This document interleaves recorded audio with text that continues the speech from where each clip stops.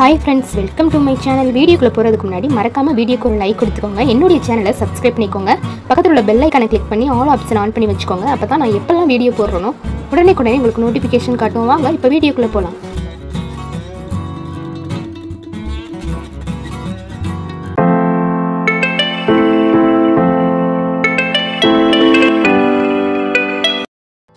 இன்னைக்கு வீடியோல ரெண்டு வாழைப்பழம் இருந்தா போதுங்க. ரொம்பவே ஈஸி அண்ட் டேஸ்டியான உங்க வீட்டு குட்டீஸ்க்கு ஈவினிங் டைம்ல இது போல செஞ்சு கொடுங்க. ரொம்பவே விருப்பப்பட்டு கேட்டு வாங்கி என்ஜாய் பண்ணி சாப்பிடுவாங்க.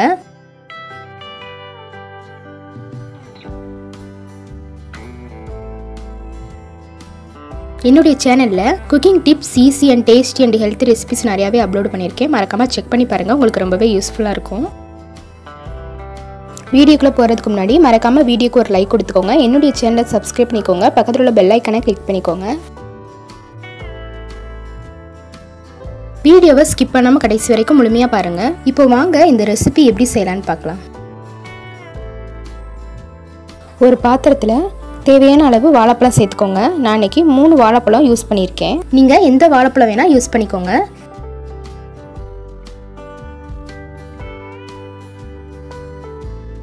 ஒரு கரண்டி வச்சு இது போல அழுத்தி விட்டீங்க அப்படின்னா நல்லா மசிஞ்சு வந்துடும். இப்போ பாருங்க, இதே போல எல்லா பழத்தையும் நம்ம நல்லா நசுக்கி எடுத்தாச்சு.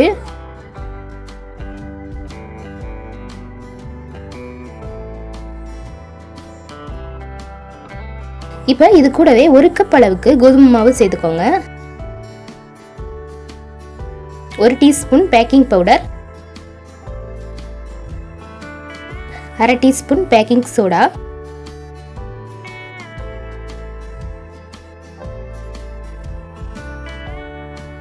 1/2 கப் அளவுக்கு ரீஃபைண்ட் ஆயில்,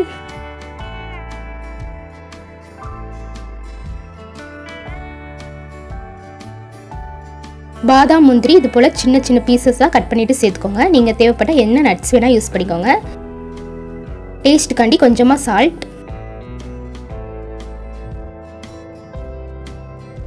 சேர்த்துட்டு எல்லாத்தையும் நல்லா மிக்ஸ் பண்ணி எடுத்துக்கோங்க. பாருங்க, இது போல நல்லா கலந்ததும் 1 கப் அளவுக்கு நாட்டு சர்க்கரை சேர்த்துக்கோங்க. இப்போ இதையும் நல்லா கலந்துட்டு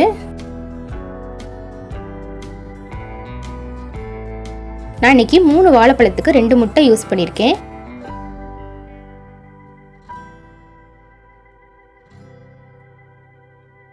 ஒரு பாத்திரத்துல உடைச்சு சேர்த்துக்கோங்க. சேர்த்துட்டு இதையும் நல்லா கலந்து விடுங்க.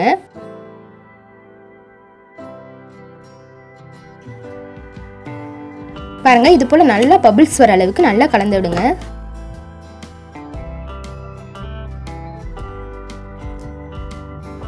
நம்ம ரெடி பண்ணி வச்ச மாவோட சேர்த்துக்கோங்க.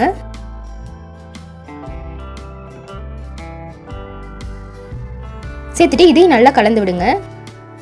பாருங்க, இது போல நல்லா கலந்து எடுத்துக்கோங்க. இதான் சரியான கன்சிஸ்டன்சி.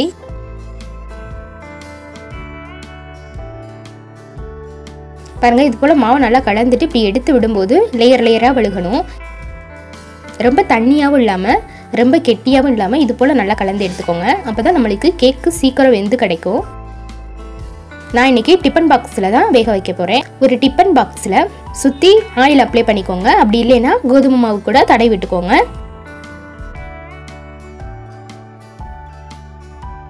நம்ம ரெடி பண்ணி வச்ச மாவை இதில் சேர்த்துக்கோங்க. சேர்த்துட்டு இட்லி பாத்திரத்தில் மாவு சேர்த்துட்டு நல்லா இது போல் டேப் பண்ணி விடுங்க. ஏர் பபிள்ஸ் இருந்தாலும் ரிமூவ் ஆயிரும். இட்லி பாத்திரத்தில் கொஞ்சமாக தண்ணி சேர்த்துட்டு நம்ம ரெடி பண்ணி வச்ச கேக்கையும் சேர்த்துக்கோங்க. சேர்த்துட்டு கேக்கை மூடி போட்டு மூடிக்கோங்க. அப்படி இல்லைன்னா நம்ம மூடி போட்டு வேக வைக்கும்போது அந்த தண்ணிலாம் கேக்கில் இறங்கிரும். இப்போ பாருங்க, ஓபன் பண்ணி பார்க்கலாம். இது வேகிறதுக்கு எனக்கு 20 இருந்து 25 நிமிஷம் ஆச்சு. இப்போ ஓபன் பண்ணி பார்க்கலாம். பாருங்க,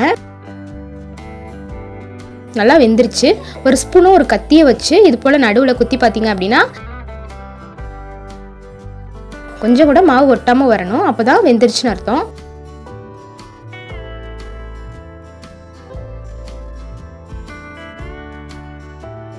இப்போ இது நல்லா ஆறுனதுக்கப்புறம் பாருங்கள் நல்லா ஆறிடுச்சு.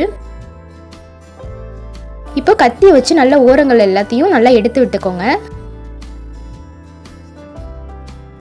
இப்போ இதை அப்படியே வேறொரு பிளேட்டுக்கு மாற்றிடலாம். பாருங்கள் நம்மளுக்கு ரொம்பவே ஈஸியாக அப்படியே வந்துருச்சு பாருங்கள். கொஞ்சம் கூட ஒட்டாமல் ஈஸியாக வந்துருச்சு பாருங்கள். அவ்வளோதான். ரொம்பவே ஈஸி அண்ட் டேஸ்டியான பனானா வச்சு சூப்பரான ஹெல்த்தியான பனானா கேக் ரெசிபி எப்படி செய்யலான்னு பார்த்துருக்கோம். இப்போ மேலே உள்ள வெடிப்பு பகுதியை கட் பண்ணிடலாம்.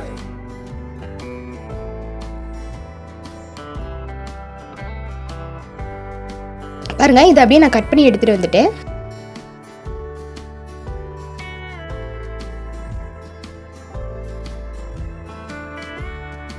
பாருங்க எவ்வளோ சாஃப்டாக எவ்வளோ சூப்பராக நம்மளுக்கு வெந்து வந்துருச்சு பாருங்கள்.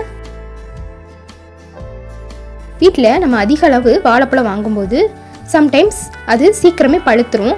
அந்த டைமில் அந்த பழத்தை நம்ம வேஸ்ட் பண்ணாமல் இது போல் குழந்தைகளுக்கு ஈவினிங் டைமில் ஹெல்த்தியான கேக் ரெசிபி செஞ்சு கொடுங்க. ரொம்பவே சாப்பிட்றதுக்கும் ரொம்பவே சூப்பராக இருக்கும். இப்போ இதை விருப்பப்பட்ட ஷேப்பில் கட் பண்ணிவிட்டு எடுத்துக்கோங்க. சப்போஸ் நீங்கள் முட்டை சேர்க்க மாட்டீங்க அப்படின்னா முட்டைக்கு பதிலாக அரை கப் அளவுக்கு புளிப்பில்லாத தயிர் கூட சேர்த்துக்கோங்க. பாருங்க அவ்வளோதான். ரொம்பவே ஹெல்த்தியான பனானா கேக் ரெசிபி எப்படி செய்யலான்னு பார்த்தாச்சு.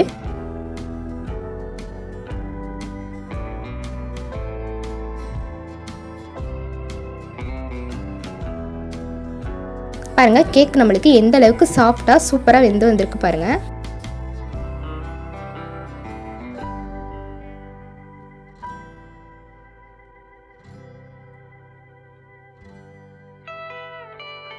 குழந்தைகள் ஸ்கூல் விட்டு வரும்போது இது போல் ஹெல்த்தியான ஈவினிங் ஸ்நாக்ஸ் ரெசிபி ரெடி பண்ணி கொடுங்க. ரொம்பவே என்ஜாய் பண்ணி கேட்டு வாங்கி சாப்பிடுவாங்க. என்னுடைய சேனலில் சிறியவர்கள் முதல் பெரியவர்கள் வரை எல்லோரும் விரும்பி சாப்பிடக்கூடிய நிறைய ரெசிபிஸ் அப்லோட் பண்ணியிருக்கேன். மறக்காமல் செக் பண்ணி பாருங்கள். வீடியோஸ் லிங்க் கமெண்டில் பின் பண்ணியிருக்கேன். செக் பண்ணி பாருங்கள். உங்களுக்கு யூஸ்ஃபுல்லாக இருக்கும். இந்த வீடியோ பிடிச்சிருந்துச்சு அப்படின்னா உங்கள் ஃப்ரெண்ட்ஸ் அண்ட் ஃபேமிலிக்கு ஷேர் பண்ணுங்கள். அவங்களும் செஞ்சு பார்த்துட்டு என்ஜாய் பண்ணி சாப்பிடட்டும். இப்போது பிச்சு காட்டுறேன் பாருங்கள். பாருங்கள் எந்த அளவுக்கு சூப்பராக சாஃப்டாக இருக்குது பாருங்கள். கண்டிப்பாக நீங்கள் உங்கள் வீட்டில் ட்ரை பண்ணி பாருங்கள். நெக்ஸ்ட் ஒரு இன்ட்ரெஸ்டான வீடியோவில் மீட் பண்ணுவோம். தேங்க்யூ ஃபார் வாட்சிங்.